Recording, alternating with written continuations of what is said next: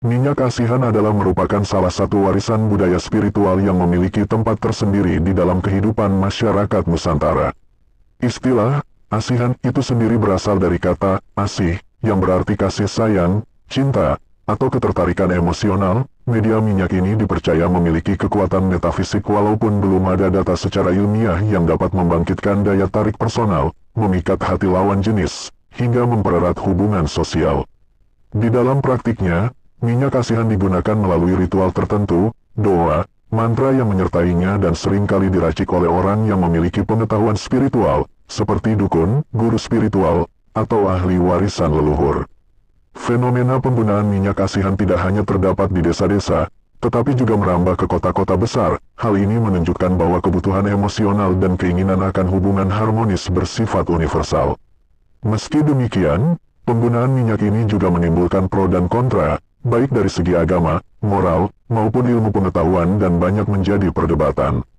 Mungkin kita semua banyak bertanya, sebenarnya, apa yang dimaksud dengan minyak asihan secara konseptual dan tradisional? Bagaimana proses pembuatan dan ritual penggunaan minyak asihan? Apa makna simbolik di balik bahan-bahan pembuat minyak asihan? Bagaimana persepsi masyarakat terhadap minyak asihan di era modern? Menggali makna filosofis dan budaya dari minyak asihan. Menelusuri proses dan tradisi pembuatannya. Menganalisis relevansi minyak asihan dalam kehidupan kontemporer.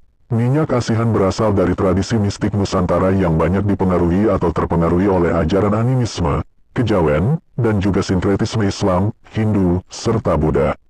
Dalam budaya Jawa, minyak ini disebut juga sebagai minyak pengasih atau minyak pemikat.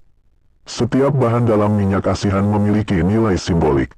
Bunga melati, simbol kemurnian dan cinta sejati. Minyak kelapa murni, sebagai media penghantar energi. Kayu cendana, simbol ketenangan dan daya tarik batin. Bulu perindu, dipercaya dapat membangkitkan rindu dan cinta. Pembuatan minyak asihan tidak sembarangan. Tentunya hanya orang ahli di bidangnya yang bisa membuatnya. Pembuatannya biasanya dilakukan pada malam tertentu seperti malam Jumat Kliwon atau malam Satu Suro. Prosesnya melibatkan pemilihan bahan alami, daun, bunga, akar-akaran, perendaman dalam minyak dasar, pembacaan doa atau mantra khusus, penyimpanan di tempat sakral selama beberapa hari.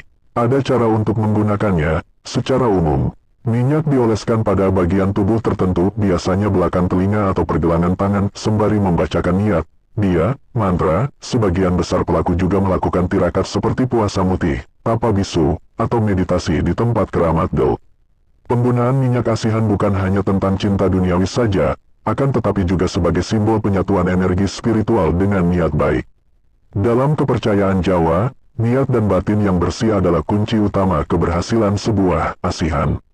Sebagian ulama mengharamkan penggunaan minyak asihan jika mengandung unsur sihir atau syirik, tetapi sebagian lain membolehkannya jika niatnya untuk kebaikan dan tidak melanggar akidah.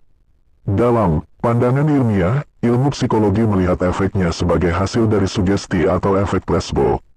Namun secara antropologis, ini adalah bagian dari ekspresi budaya. Di era digital yang serba canggih saat ini, ternyata minyak asihan masih banyak digunakan, bahkan dipasarkan secara online. Namun lebih banyak orang menggunakannya untuk kepercayaan diri atau daya tarik sosial dalam lingkup kerja, bukan hanya urusan percintaan. Minyak asihan adalah salah satu warisan budaya Nusantara yang kaya akan nilai simbolik, spiritual, dan sosial walaupun banyak terjadi kontroversi. Walaupun meski sering dianggap mistik, penggunaan minyak ini mencerminkan kebutuhan manusia akan cinta, penerimaan, dan hubungan sosial yang harmonis. Dalam konteks modern, minyak asihan mengalami pergeseran fungsi dari alat mistik menjadi media penguat psikologis. Menyikapi fenomena ini sepertinya diperlukan penelitian lebih lanjut terkait dampak psikologis dari penggunaan minyak asihan.